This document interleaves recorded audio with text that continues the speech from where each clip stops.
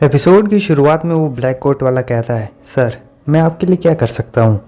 वो सोच रहा होता है ये इसमें से काफ़ी ताकतवर और अजीब सा ऑरा बाहर निकल रहा है। मुझे तो ऐसा बिल्कुल नहीं लगता कि ये यहाँ बेजुगो फैमिली का कोई हिस्सा है।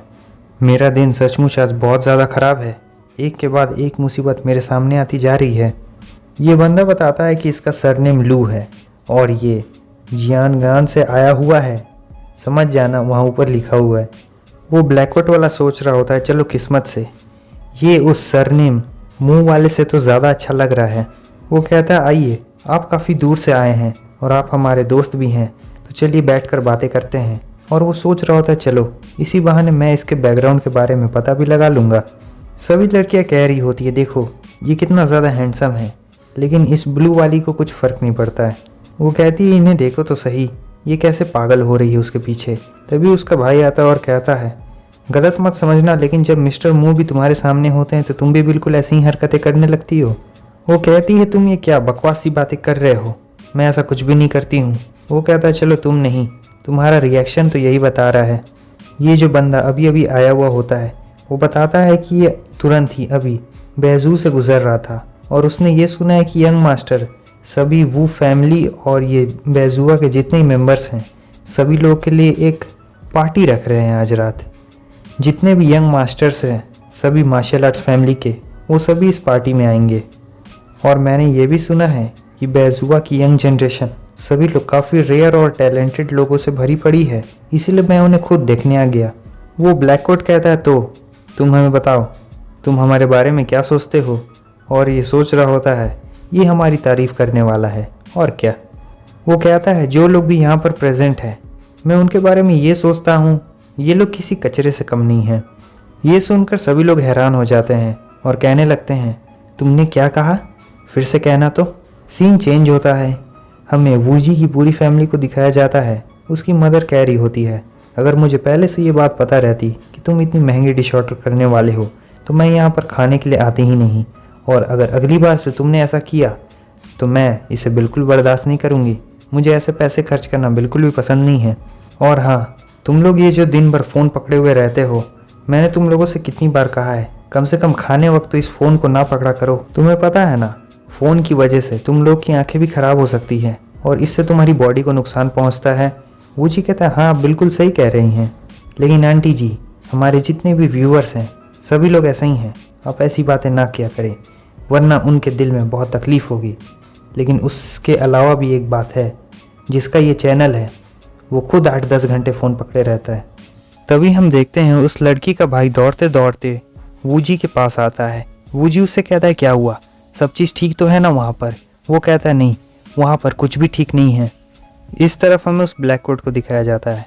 वो कहता है, आखिर तुम कौन हो और यहाँ पर क्यों आए हो। वो कहता है, मैं बस तुम्हें यहाँ पर अपना सरनेम लू बताने के लिए आया था, और ये भी कि मैं जियांगनान से आया हूँ। मैंने बस ये सुना था कि यहाँ के जो यंग मास्टर्स हैं बेजुआ के, ये लोग एक्स्ट्राऑर्डिनरी है, इसलिए मैं उनके टैलेंट को देखने के लिए यहाँ पर चला आया। अब मुझे लेकिन ये मानना पड़ेगा कि वो रूमर्स सचमुच गलत थे, किसी काम के नहीं हो तुम लोग। तुम लोग को नहीं लगता है कि तुम लोग ने अपनी रेपुटेशन को ख़राब किया है। मैं बहुत ज़्यादा डिसअपॉइंटेड हूँ। इस तरफ हमें उस खड़े बाल वाले को दिखाया जाता है। वो गुस्से में उसकी तरफ आगे बढ़ रहा होता है और कहता है, चलो इसे दिखाया जाए कि हम यंगर जनरेशन्स क्या कर सकते हैं। लेकिन अगले ही पल हमें ये दिखाया जाता है। वो कहता है, ये छोटे छोटे बच्चे तो अब ख़त्म हो चुके हैं, क्या अब सीनियर लोग भी आएंगे मुझसे लड़ने के लिए। और फिर उसके बाद वो ब्लैक कोट वाला काफ़ी तेज़ी से उसके पीछे आ जाता है और अपनी पावर से उस पर हमला करने के लिए आता है। लेकिन वो किसी तरह उससे बच के उसे एक ज़ोरदार पंच मारता है, जिससे वो सीधा दीवार में जाकर चिपक जाता है। वो ब्लैक कोट सोच रहा होता है, मैं तो उसे छू भी नहीं पाया।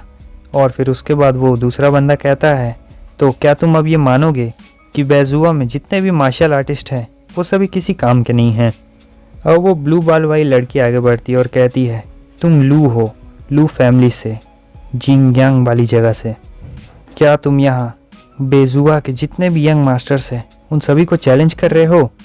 वो कहता है, ओह तो मेरी तारीफ़ इस तरफ भी पहुँच गई।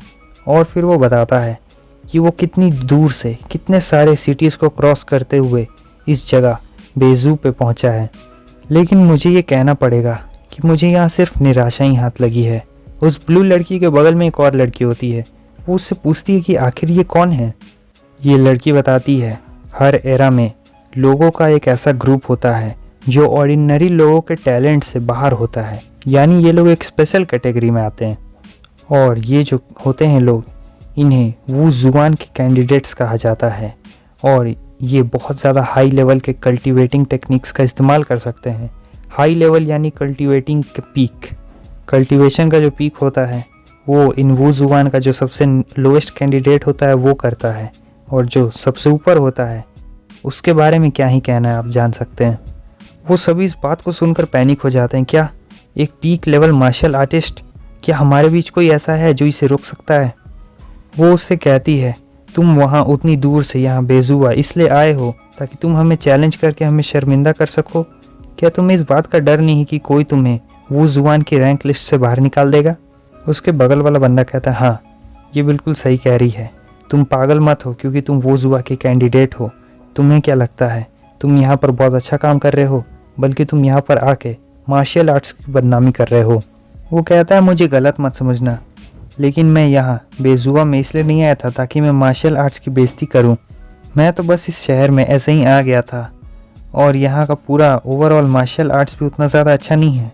लेकिन मैं ये कह सकता हूँ कि वो तुम्हारे इस बेकार से बेजुआ से तो ज़्यादा अच्छा होगा। अभी तक मैंने जितनी भी जर्नी की है, इन सभी में से जो यंगर जनरेशन बेजुआ है, मुझे लगता है कि ये बहुत ज़्यादा ही कमज़ोर है। वो लड़की गुस्सा होकर उस पर हमला करने के लिए जाती है।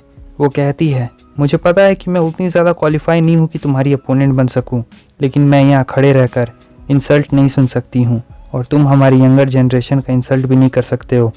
और उसके अगले ही पल हमें ये लाल लाल दिखाया जाता है। ये बंदा कहता है कि तुम भी बहुत ज़्यादा कमज़ोर हो।